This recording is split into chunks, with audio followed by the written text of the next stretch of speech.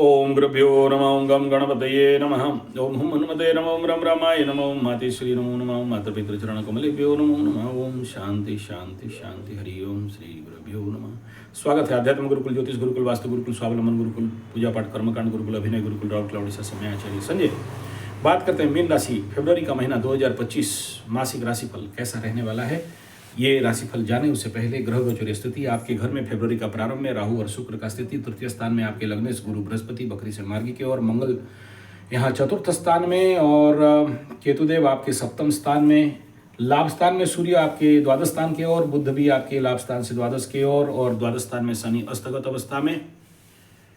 तो ऐसे कंडीशन पे मीन राशि फरवरी का महीना होल ओवर द मंथ, एक राहु और शुक्र उच्च का शुक्र होना, अष्टमाधिपति यहाँ पर आना उच्च का होने के कारण और द्वादश में शनि कंबस्ट होने के कारण, और इस समय इसके ऊपर किसी का दृष्टि नहीं होना और राहु का धीरे धीरे पावर में कमी, लेकिन बाकी ग्रहों का हुजूम का प्रिलिमिनरी इम्पैक्ट कहीं ना कहीं कई सारे मीन राशि वालों को 20-30% वालों को रोग का, बीमारी का संभावना यहाँ पर दिखाई दे रहा है। उनके लिए सावधान रहना चाहिए।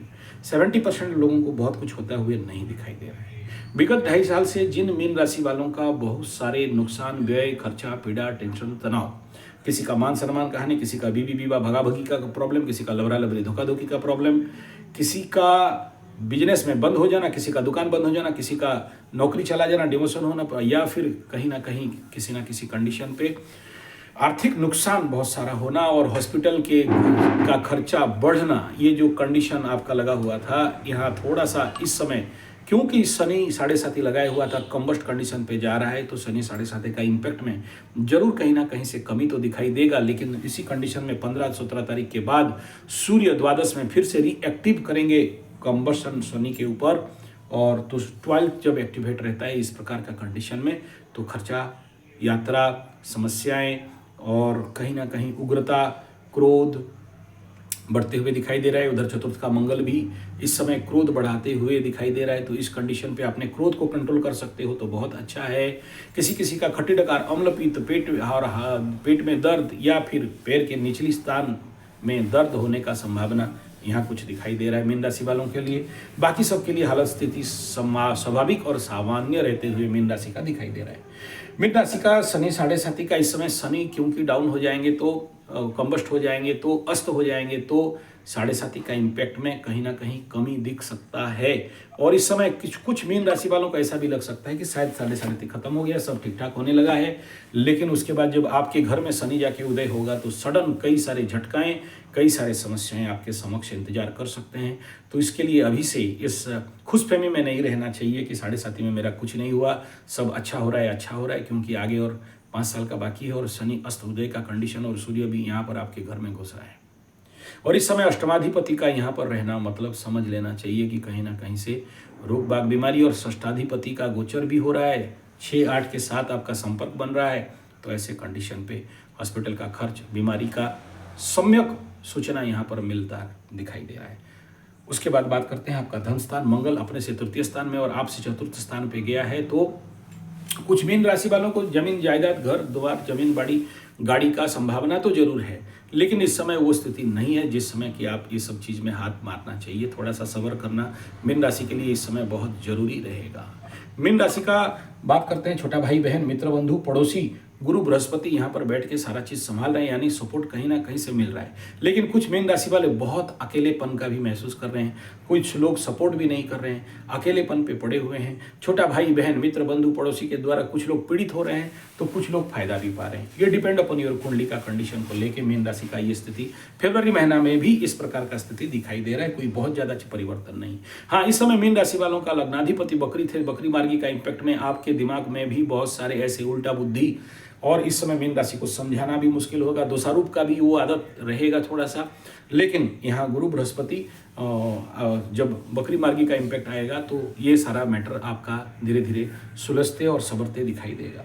मीन राशि का चतुर्थ स्थान भूमि, भवन, वाहन, माता सुगमन का बात बता दिया। गाड़ी खरीदना, जमीन इत्यादि खरीदने का संभावना होने के बावजूद भी इस समय मैं कहूँगा मंगल है, तो गाड़ी इत्यादि संभल के चलाना चाहिए। एक्सीडेंट का योग कुछ ज़्यादा भी दिखाई दे रहा है।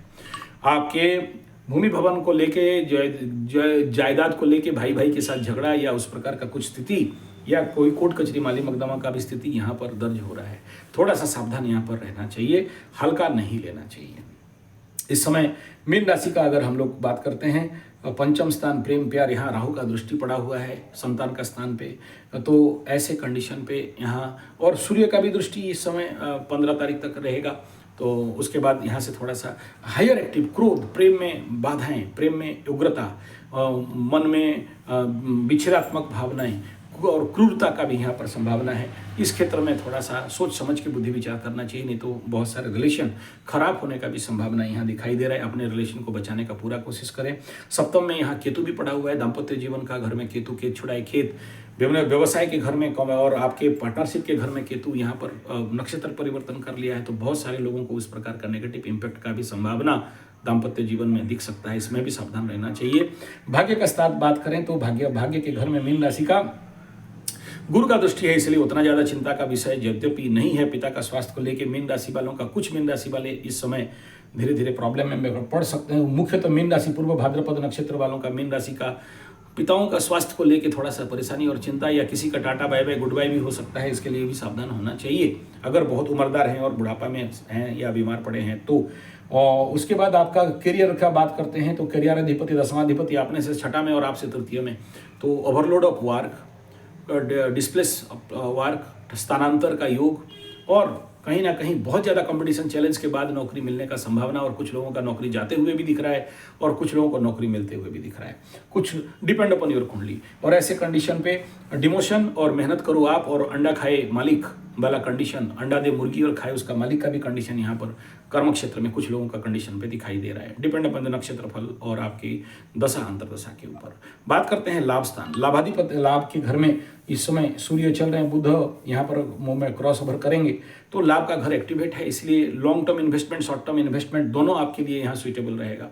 लेकिन 7.5 का इम्पैक्ट कहीं ना कहीं आपको ढेर सारे लॉसेस खड़ा कर सकता है। तो सोच समझ के शेयर, सट्टा, लॉटरी जो है या किसी भी प्रकार के इन्वेस्टमेंट जब आप करते हैं, क्योंकि इसको नहीं भूलना चाहिए कि शनि 7.5 भी चल रहा है और लाभाधिपति भी द्वादश में आके बैठा हुआ है। तो ऐसे कंडीशन पे आपको लगेगा कि सूर्य आया है तो हम पैसा इन्वेस्ट कर दें, इनकम हो जाएगा, फायदा हो जाएगा, लेकिन लाभाधिपति द्वादश और उसका पावर नहीं है, यानी लाभाधिपति में पावर नहीं होगा, कंबस्ट हो जाएंगे।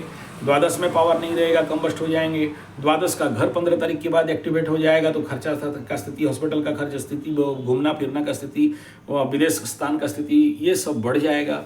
तो उस क्षेत्र में थोड़ा सा सावधानी रहना है। ऐसा कुछ बहुत घट जाएगा ऐसा बात नहीं है। बहुत लोगों का 7.5 होता है फिर उभर जाते हैं, लेकिन ये समय कहीं ना कहीं थोड़ा सा परेशानी और मेंटल क्रोध का स्थिति यहाँ पर, और माता का स्वास्थ्य को लेकर थोड़ा सा चिंता जरूर रहेगा इस समय। मीन राशि वालों के लिए मंगल वहाँ बैठा है तो दंगल करेगा ही। इन्वेस्टमेंट इस समय मैं कहूँगा कि थोड़ा सा रुक जाना बेहतर है, लेकिन लॉन्ग टर्म इन्वेस्टमेंट का डिसीजन किसी ना किसी एक्सपीरियंस लोगों से लेके आप इन्वेस्ट कर सकते हो। धन्यवाद, नमस्कार।